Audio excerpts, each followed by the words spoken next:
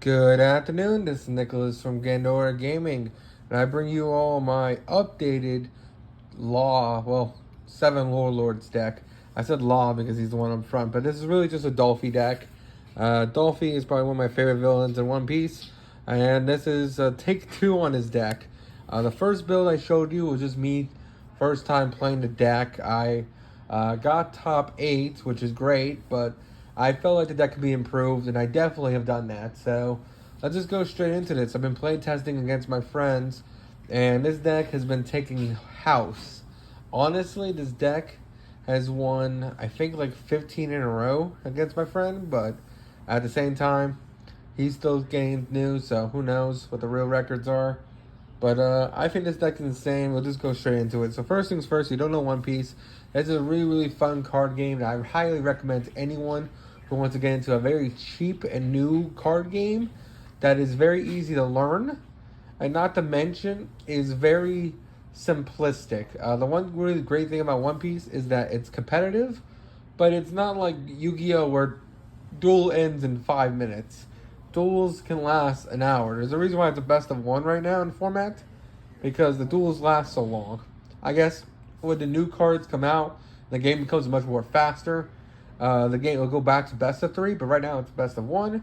And yeah, let's just go straight into this. So first things first, play 4 Law. Law is just easy to make. He's a level 1. You definitely want to see him in hand, or at least get to him. All he is a level 1 blocker, which is great because you get Dawn accumulatively per turn. And he's just a level 1 Dawn, so it's just easy to use a Dawn, summon out a blocker. I can stop a really big push, and it's just really, really good to do. Next, we have Perona. Perona is another amazing card. It's another 4 of. You can play as much as 4 cards in a deck. Perona says, hey, on summon. Look at the top 5 and put them in any order. And then that's it. And that's all she needs to do. She's 2,000, which is great.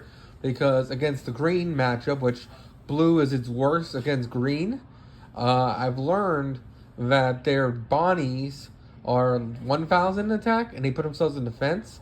So if you already had a Perona on field, you can actually force them to either use resources or lose the Perona, not Perona, the Bonnie, by just attacking with your Perona, which is pretty nice, because it is 1,000 over, and it's forcing them to use Dawn to protect it, which is pretty cool.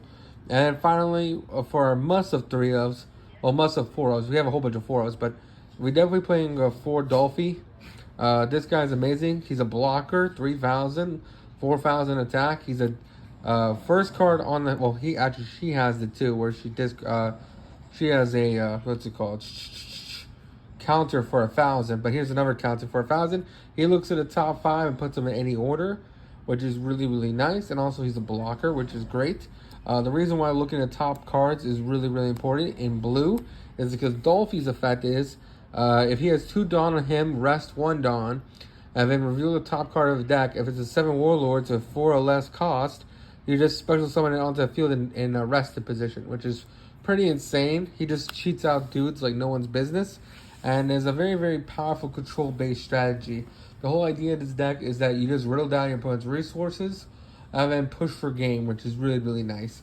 So he just gets you free resources, and overall it's a great card. We're also playing 4 Boa. 4 Boa is amazing. She uses a draw engine of it to herself, not to mention she is a worst comes to worst. She's a counter for 1,000. But the idea of her is that when she attacks or is blocking with 1 Dawn on her, and you have less than 5 cards in hand, or 5 or less cards, you have to draw 1 card, which is fantastic. It's very easy to keep 5 cards in hand and just keep drawing off her attacks, which is really, really solid and overall a great card. I focus on every level 4 or higher cost having the ability to threaten leader. So all leaders right now are either 4,000 or 5,000. And the idea of this deck is that I feel like if every unit is at least 5,000, it always threatens life, which is really, really solid. We're playing 4 Gecko Morias because Gecko Moria on summon just returns one of your characters from trash back to hand. Trash is the graveyard in his deck, which is really solid. If he summon out Dolphy, it still triggers as well. I should mention that. So another great card to summon out Dolphy is him right here. Yes, he'll be summoning rested, but he'll still look at the top 5, which is pretty solid. We're also playing the other Gecko. We're playing 4 of this guy. This is a new inclusion. This guy is insanely good. He's a must defeat, must negate, must kill every turn, which is great. So Gecko Moria has the effect where if this guy attacks, basically, and you have 5 or more cards in hand, he does double damage. So let's say you're attacking to a person's character, and they do not block or like counter against this Gecko Moria, they lose 2 life, which is really, really like impactful, especially in a game that goes into time very easily. The fact that you could just put 2 of his life threatened every turn is pretty insane. So this kind of baits out your life because they're gonna gun for this card. So it's just an overall really good card, and they're gonna minus themselves in order to make sure this guy doesn't land, which is pretty swell. Not to mention he is a 7 Warlord, so we can special summon him off the leader, which is great. We're also playing 4 Bartholomew Akuma. This guy is a blocker, which is insanely great. He's a 5,000. Also, when he's KO'd, he special summons a Pacifista from hand. Guess what? We're playing a big-ass Pacifista. We're not playing the blocker one. We took that one out. This guy is all you need. He's 6,000. He's a counter for 1,000. He's a normal dude, but that's all he needs. He's just gigantic in all the good ways. An overall great card. And this guy is also great too. Now, you can't summon the Pacifista off of the 7 Warlords here, but you can summon him off the 7 Warlords. So the idea is you summon him, they either to kill him or he gets an attack, or however he blocks or whatever he does, and he summons him from hand. So you never lose resources, which is pretty great. And he's a 6,000, which is also fantastic because he threatens a lot of characters. There's a lot of characters that are like 6,000 right now. So just like, for example, green, they have 8 king. Well, just put 2 Dawn on him, he's threatening that king. Well, not king, kid, my apologies. So he's already threatening kid, which is pretty swell. Speaking about threatening kid, we're also playing 5 Virgo. This is the other new card. Hold on, let me just fix that real quick. 5 Virgo. This is our other spicy tech. He's literally just a normal monster with 1,000 counter. But the idea of him is that you just put 1 Dawn on him, and he's contesting the 8 defense king. Not king. I keep saying king. It's killer. Not killer either. It's fucking kid. There's so many K characters in One Piece. But the idea is that green's is your worst target, and this guy is an easy summon off 5, and he already contests it, which is pretty swell. We're also playing 4 Mihawks. This is our last level 4, just because he draws 2, and also he's a 2,000 counter, so we just pitch him, and then we just get 2,000 counter, which is great. And that is it for our like main units. Now let's talk about our special units, which we have 2 Doflamingo and then 2 Mihawk. The reason why I was actually thinking of cutting Dolphy for a while, I was considering playing this dude. This guy is actually pretty solid. He's for one thing, he's a 7 cost, which is just like Dolphy, 7,000. He also has this 1,000 counter, so if worst comes to worst, you can discard him. He also has the effect when he attacks, he basically negates triggers, which is pretty swell. Basically, it's a really cool card.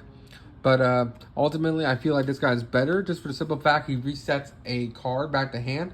And usually, you don't want to put cards back to hand.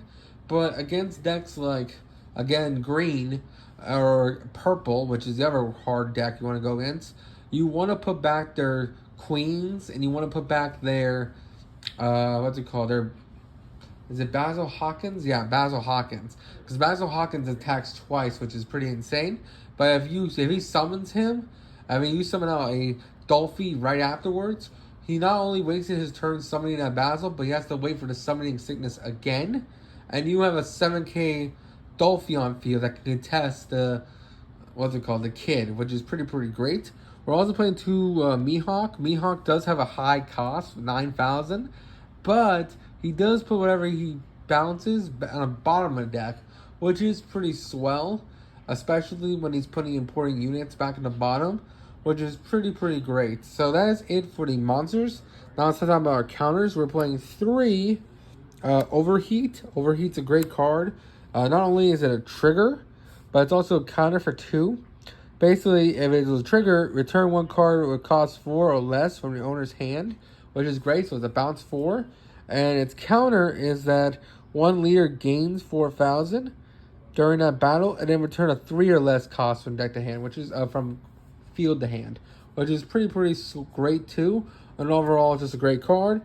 And finally, 3 Love Beam, because Love Beam, this says, hey, you have 3 or less cards in hand. Your character you draw 1, and of course your character just gains 4,000. I wish this was a counter too. Honestly, I don't think Love Beam's the best card, but there's not that many. I've looked into all of the like event cards that Blue has, and these are definitely the best too. I looked into Shambles. I looked into a whole bunch of other ones. Desert Sparday. I just didn't like any of them. These are the 2 that I kind of gravitated towards. So that's it. I hope you all enjoyed. Thank you so much, and see you all in the next one. Bye-bye.